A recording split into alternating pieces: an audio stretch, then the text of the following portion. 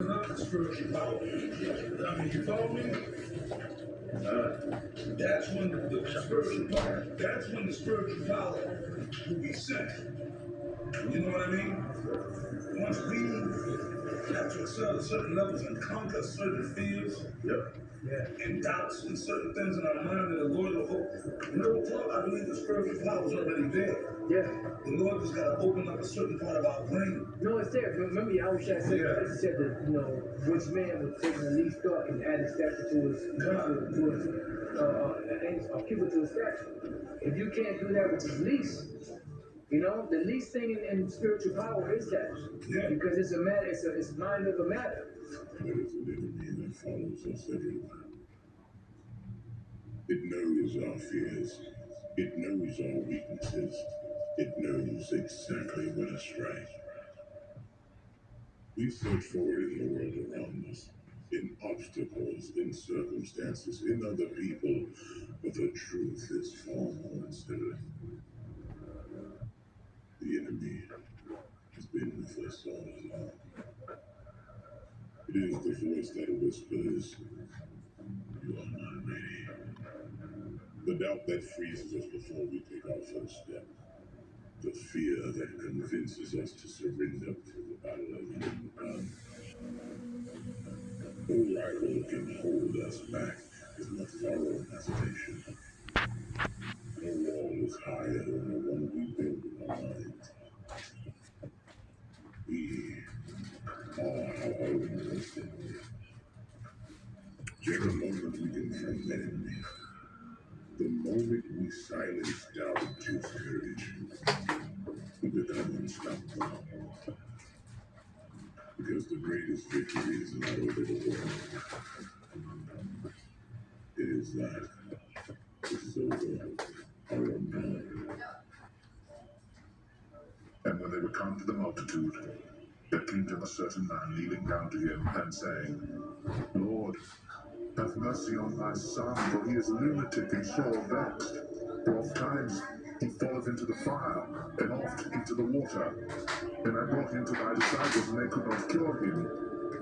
And thou answered and said, O faithless and perverse generation, how long shall I be with you? How long shall I suffer you? Bring him hither to me. And thou rebuked the devil, and he departed out of him. And the child was cured from that very hour. Then came the disciples to Paul and said, Why could not we cast him out? And thou said unto them, Because of your unbelief. For verily I say unto you, if ye have faith as a grain of mustard seed, ye shall say unto this mountain, Remove hence to yonder place, and it shall remove, and nothing shall be impossible unto you.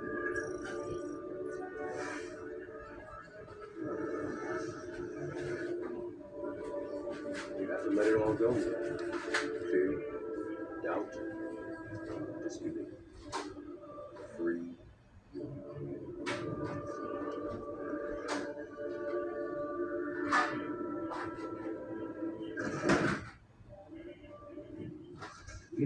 It really, spiritual power comes from within. When the spirit, the Lord taps into our spirit, it's already in us. It's already there. It just has to be, increased. Yeah, the Lord puts you just like Acts. Yeah. He puts in a different situation. He's proving that it increased.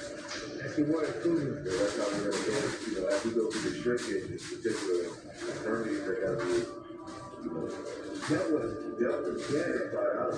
So people, that's where we're going to level us up. There you go. We're going to go to Lord. The fact that we're teaching His word, the fact that we're teaching His word, that is a piece, that's a form of spiritual power.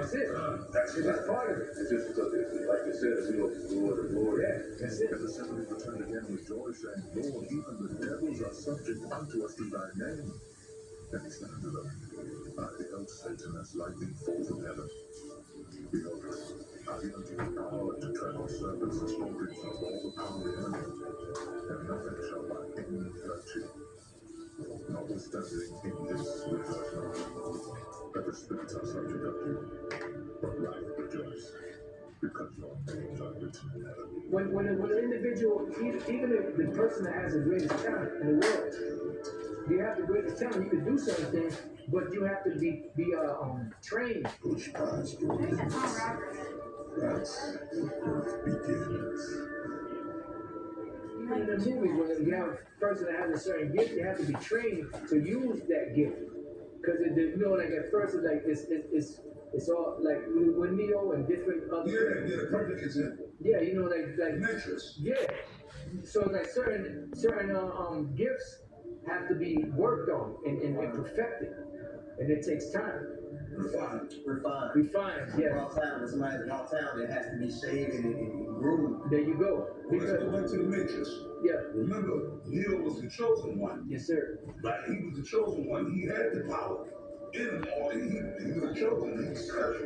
He was the chosen. Morpheus. That's why Morpheus is a pull in like the Matrix. Yeah. And he did it. Remember, he did it kind of what's what I'm looking for? No, he did it. He rashly, but he said I had to do it. Right, like he pretty much threw him out there. He just threw him out there. Right, and sometimes you got to do that. Remember, like back in the days, of the business. Yeah. When the high priest Ariel was young, you know, eventually he said, "Look, you gonna speak. Just throw him out there to speak." You know, and then you would never thought that the high priest Ariel back then was scared to speak.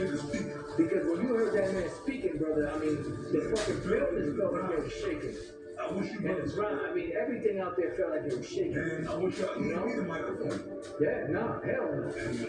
Your body shook. Yeah, he felt that. I wish you brothers could have experienced that. He felt it. And you white people ain't got no right to tell us to get mad at anybody amongst our own people. You're the devil. You are our enemies. You're our number one enemies. Okay? Along with the African, the Arab, and all the other nations. Our own people are not our enemies. It's just that they're going to be brought down. You ones that don't come to this truth, you're going to be brought down in this setup with the white man. But you coming back in reincarnation, you're going to rule over these same devils. You so-called white people ain't got a damn thing to say. This Bible is our Bible. It belongs to the Israelites. You don't have nothing to say. What the hell can you say? What the hell can you say? Answer my question. What can you say? What do you have to say? I'd like to ask you a question. I'm listening. Were the Samaritans Jews? The Samaritans were not Jews. Dummy. Go into 17, 2 Kings. Okay. You're not running this program. 2 Kings, the 17th chapter, and about the 22nd verse down tells you about the people in Samaria. How they were put there during the time of the Syrian captivity. Okay, just like you so-called Europeans, you're not Jews. Neither are you Christians. You're the devil that the Bible is speaking about. You're the children of Esau that the Bible is speaking about. You're the Edomites that the Bible is speaking about. This land that you're walking up and down in don't belong to you. You walk up and down in this country with your chest stuck out talking about you some Americans. This is stolen land, stolen property. You don't have a damn thing to say, just like I said. Ezekiel. Give me Ezekiel 33:15. Ezekiel 33:15. If the wicked restores a pledge, if the wicked restore a pledge, when you put on your money, in God we trust. When your leaders put on your money, in God we trust, that convicted you devils. When you said that you were Christians, that convicted you devils. So the Most High say, if the wicked, somebody else, give me another reader. Besides, you hold that. Job, I want Job 9:24. Who is the wicked? Let's find out who the Most High say the wicked is in the Bible. Now let's check out what he's saying in the Bible. I want you to hold what you had. I want him to get it. Yeah, Job 9:24.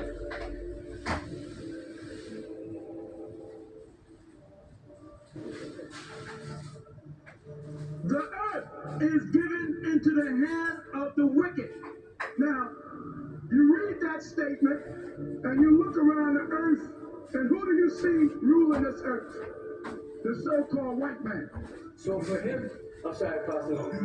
Yeah. So for him to say that he was nervous when he first started speaking, it's like, shit, really? You know, but it's a process of building. What's the word I'm looking for? Honing on your craft and actually building your craft. You know? Brother, the scripture and shall be removed, and nothing shall be impossible unto you. This is scripture, brother, put up there, but I can't see. The rest of it, yeah. Sometimes I can't see the rest of it. That's a bad. Hey, water, brother, that was a good scripture. He tell us put it again. Hey, brother, hold the shop. Put up to give me the number to the book. I got it. You got it? Yes, one more guy. Come on with it. This is Matthew, I believe this is what he got. Matthew 17 and 20. And Yahushua said unto him, to them, because of your unbelief.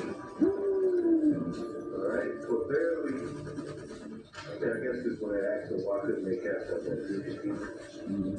It says, for verily I say unto you, Right, the greatest enemy is ourselves. as the grain of a mustard seed, ye shall say unto this mountain, remove. That's why Esau set up a system where you would succumb to the flesh, rather than the spirit. You have to let it all go, yeah. Fear, doubt, disbelief, free.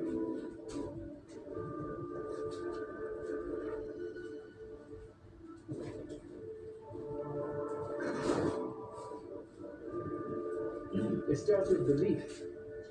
Remember, why were the people, when Yahushua healed the people, why did he heal them? He said, your faith has made you whole.